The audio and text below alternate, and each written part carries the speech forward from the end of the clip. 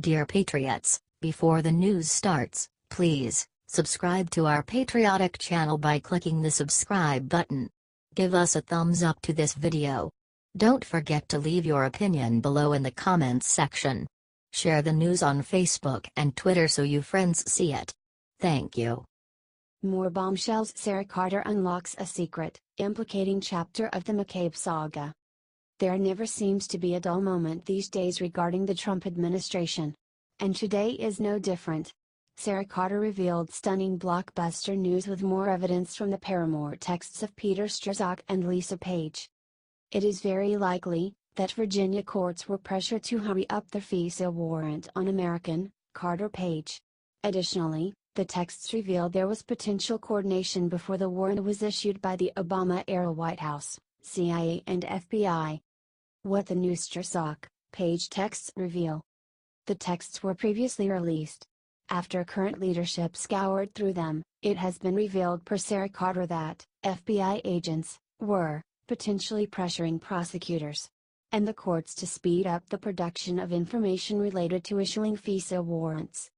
Also, Sara cites that communications suggested that there was possible coordination by Obama White House officials, the CIA and the FBI into the investigation into President Donald Trump's campaign, as reported earlier. It has been revealed that in a text message between Peter and Lisa in September of 2016, that there was an argument between David Loffman and Peter. This text string shows there is now concern if the Virginia court was pressured to hurry up the FISA warrant to spy on Carter, who was briefly on the 2016 Trump campaign. Who is David Loffman? Well, for starters, David Loffman oversaw the Clinton email server probe at the Department of Justice. Also, Loffman oversaw the alleged Russian interference in the 2016 election. Per Sara Carter, Loffman's official title was Chief of the DOJ's National Security Division's Counterintelligence and Export Control Section. As reported by Sara, David suddenly left his position at the DOJ earlier this year, citing personal reasons for leaving his post, according to news reports.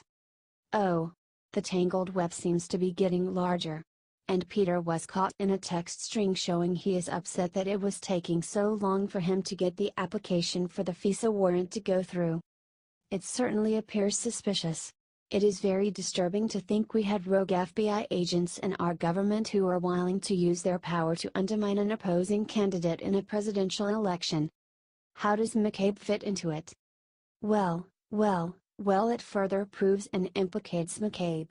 Sara reported, McCabe may now be looking at possible charges for lying under oath to DOJ Inspector General Michael Horowitz, who is investigating the FBI's handling of its investigation into Clinton. McCabe's wife has been running around the MSM saying that the Trump administration is picking on her husband. What she fails to mention is that he is in bigger trouble now that he was in before. Sara posed the unasked question when she wrote the following. Everything here, from the texts complaining about FISA delays to the exchanges indicating coordination, to the White House visitor logs, seems to match to a disturbing degree. At best, it's a strange coincidence worth investigating further, but it's likely much more, a congressional investigator told this reporter. Congress has to take this information seriously if we hope to restore Americans' trust in our federal justice system. Can your faith in the American justice system be restored? In ending, drop a comment below and let us know if you think faith can be restored in the American justice system.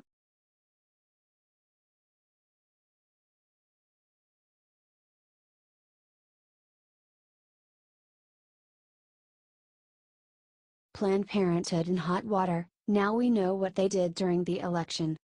A political arm of Planned Parenthood is in trouble for what they hid during the election. It raises other questions about this nefarious organization.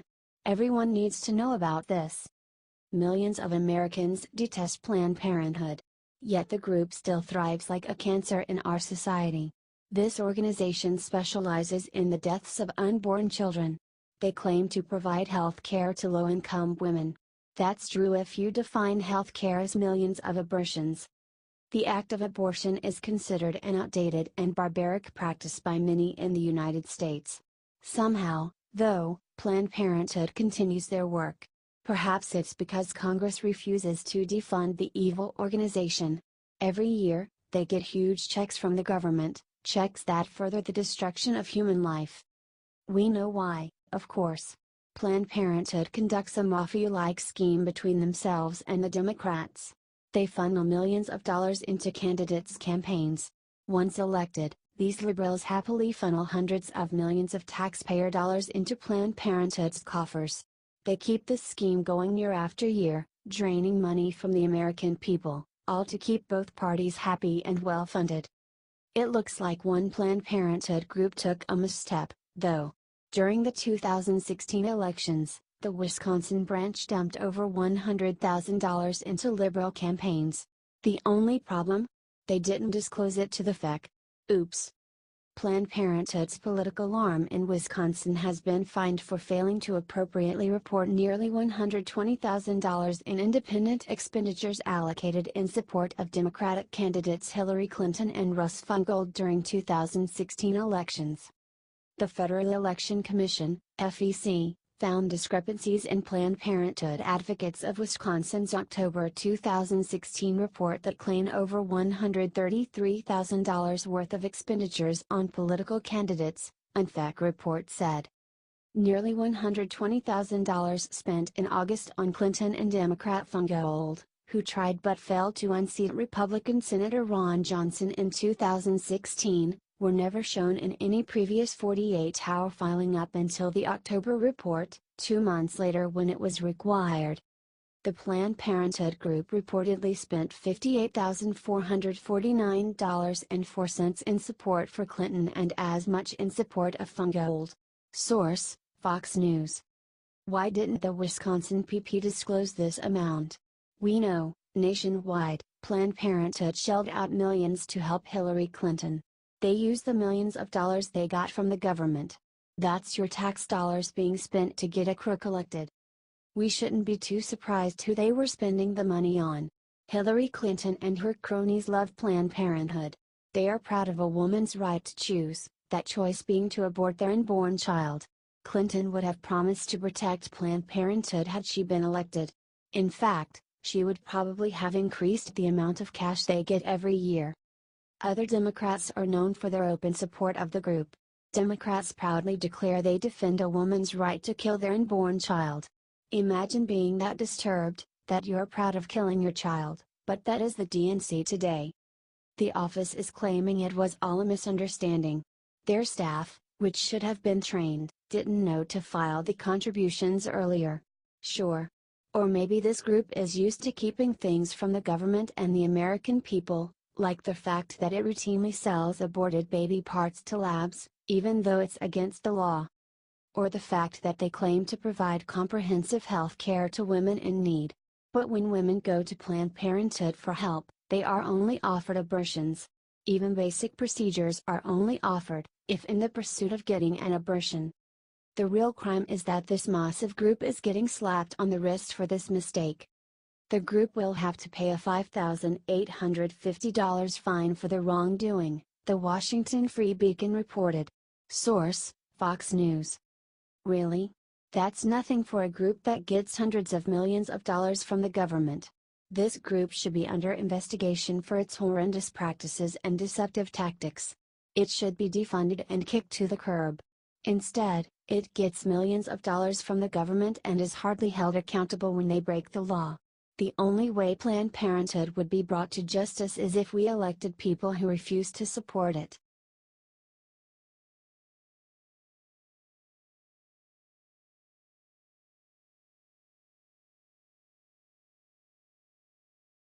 Breaking massive details about female YouTube shooter just released that media tried to hide.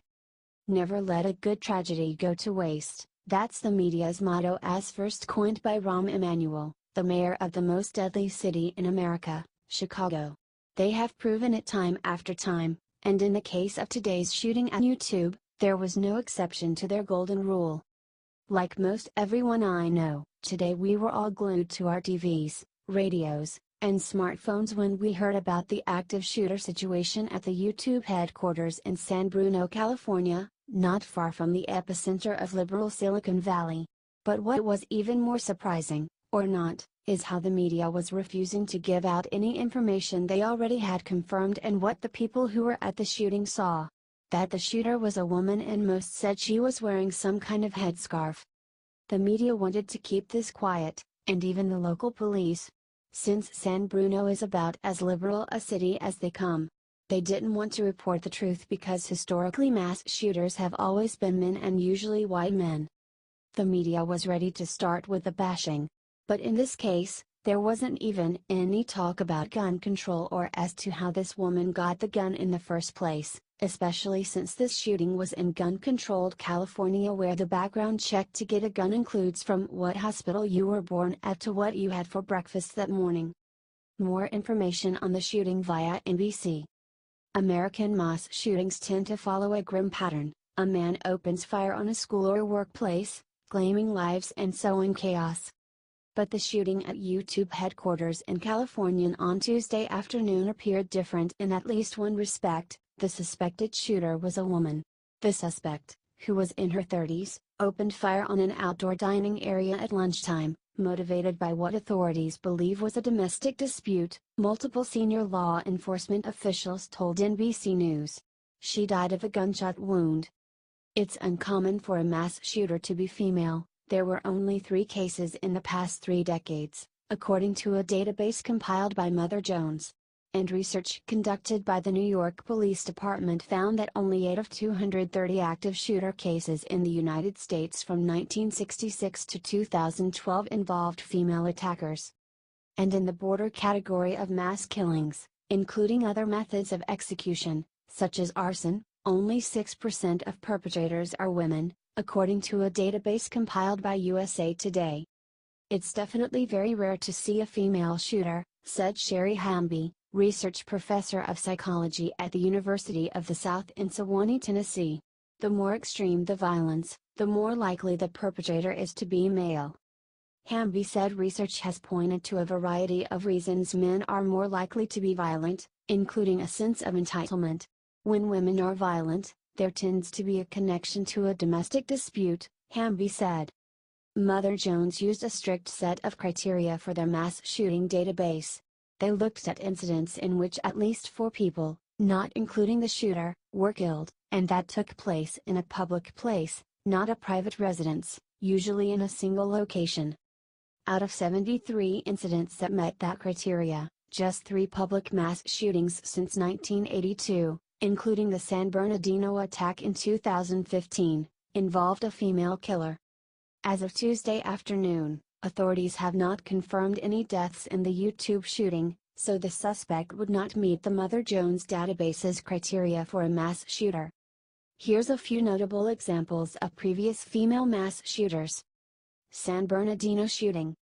Tashfeen Malik, 27, and her husband, Syed Rizwan Farouk, 28, unleashed a hail of bullets on a conference room at the Inland Regional Center, a state-run facility for people with development disabilities, on December 2, 2015, killing 14 people. The pair were slain about 4 hours later in a shootout with police. Alturas tribal shooting.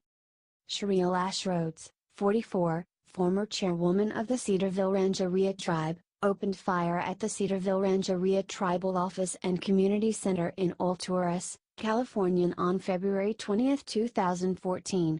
Among those killed were her brother, her niece, and her nephew. When she ran out of ammunition, she grabbed a butcher knife and stabbed another person. All told, she killed 4 people and wounded 2. The Goleta postal shooting.